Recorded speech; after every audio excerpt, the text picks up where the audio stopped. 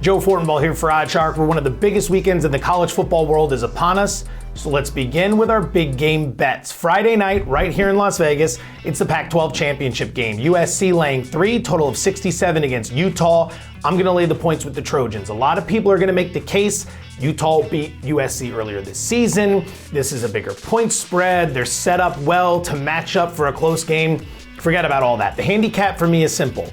Utah at home versus Utah on the road. Two very different teams. Utah at home this season, 6-0 straight up, 5-1 against the spread, 41 points per game, 18 points per game allowed. Incredible. Utah on the road, 3-3 straight up. Losses at Florida, UCLA, and Oregon. 2-4 against the spread, scoring just 32 points per game, allowing 24 points per game. And those numbers are generous because they just blew out an awful Colorado team in Colorado just last week, hanging 60 plus. I think USC -3 is the play. I'm going with the Trojans. Game number 2, Big 12 championship game on Saturday. TCU laying 2.5, total of 62 against Kansas State. This is a rematch from earlier in the season. People are going to make the case that Kansas State, very difficult to beat them twice in the same year. Less than 3, I'm going to lay it with TCU. Why not? TCU's been fantastic. All right, they've been fantastic all season long, 8-3-1 against the spread. The key here is that, again, people will tell you, well, earlier this year, the game was at TCU. TCU was laying 3.5, Kansas State this, Kansas State that. I know that game well. I was on Kansas State. I lost money. TCU won that game by 10. Kansas State had 2 weeks to get ready for that game. They came off a bye, and they weren't able to hang the way they needed to. They were in some of it. They should be able to get some running going here, but with the way TCU's firing, they have blown through almost every flat, trap, look-ahead spot imaginable.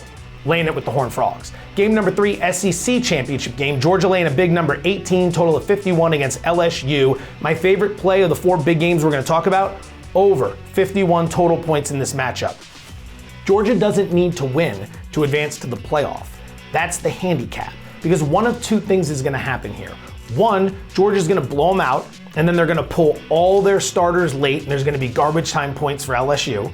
Or 2, it's going to be a close game, which still puts us over 51 in my opinion, because I don't see this as a 17-14 game. Georgia's defense not as elite as we saw last season. And with LSU coming off that horrific performance against Texas A&M, I think a lot of people will discount them. They're mine. They're no longer thinking about the playoff. This is their Super Bowl. They're going to try to ruin Georgia's season. Ruined Georgia's perfect season up until this point, and I think we see some points from Brian Kelly here, so I'm going to go over 51 points. Finally, the Big 10 championship on Saturday, Michigan laying 16.5, total of 51.5 against Purdue. Anything short of 17, I will lay it with Michigan. This is my least favorite of the 4 plays. Purdue, it's like one of these things is not like the other. Why are they here? They've lost to Syracuse. They lost by 21 to Iowa, who I don't even think they scored 21 total points all year outside of this game. Terrible. They lost to, who else on there? Penn State at the beginning of the season. They're only here because they play in an extremely weak division. All the good teams are in the Big 10, I don't know if it's East, champions, leaders, legends, whatever they call it. They're all over there. Someone by default has to win this. Purdue doesn't generate a lot of explosive plays on offense. They're not particularly adept at stopping the run. Michigan should mow through them here. I'm laying anything less than 17 points. Now, we usually talk every week about trap games, potential pitfalls you might want to avoid with betting, but it's championship weekend. How many trap games are there? No one's going to get caught looking ahead. No one's going to be flat for a championship game. So I'm going to highlight one game that I think the public is going to love that you might want to think twice about. Tulane laying 3 against Central Florida. People are going to look at the Green Wave. They're 10-2. They're off a huge win against Cincinnati on the road. Okay? They are at home in New Orleans, Louisiana for this game, and they lost to Central Florida earlier in the season. Big revenge spot, all that stuff. I'd pump the brakes. I'd look at Central Florida, and there are some 3.5s out there, and that's what I would play in this game. All right? Tulane, let's go back to that first encounter. It was also in New Orleans. Tulane was laying 1. Now they're laying 3, 3.5, game open 4. Bet down as low as 3. Like I said, you can shop for the 3.5s. Why? What happened here? Everyone's in love with Tulane after what they just saw. Central Florida is built to beat this team. They showed it the first time. I think they show it here again. They're top 8 in the country in rushing offense and rushing yards per play. They can run, and they held the ball for like 38 minutes against Tulane when they ran crazy on them in that first game. Tulane is 77th in run defense. They give up a lot of yards per play. You can keep Tulane's offense off the field by grinding the clock. And that's how you quiet a road crowd as well. Central Florida did it once before. Too many points in this situation. Trap games this week, I would say be careful with Tulane.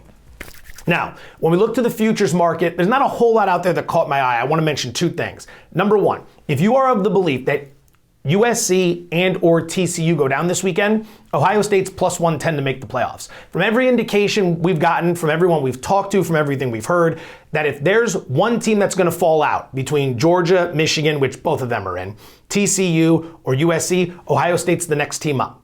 They are. Bama with 2 losses, Ohio State's an easier case to make. So if you believe USC's going down, you probably want to just play the Utah money line. But if you want to bring TCU in, they don't look good in that Kansas State game. Ohio State's next up, plus 110, just throwing it out there. Might be something you want to put some beer money on. Pizza money if you are not of age. All right, another future I want to put on your radar. Eventually, Alabama is going to accept a bowl bid. It's going to be a major bowl. Watch the opening number. I would bet the sharps bet against Alabama, or they wait and hope the public gets on Bama, and then they bet against them late. Why? When Bama's not contending for national titles, the team's just flat. It's a different team. They looked dead late in the season. They covered 21.5 against Auburn, pushed on 22, if you got that number, and it really shouldn't have happened. It was a late score that did them in. That did in the Auburn bettors, would be the best way to put it, of which I happen to be one, and I got a bad number there, 21.5, but no sour grapes. Just throwing it out there that it might be a bigger number than some expect. You might want to end up going the other way. The People's Parlay.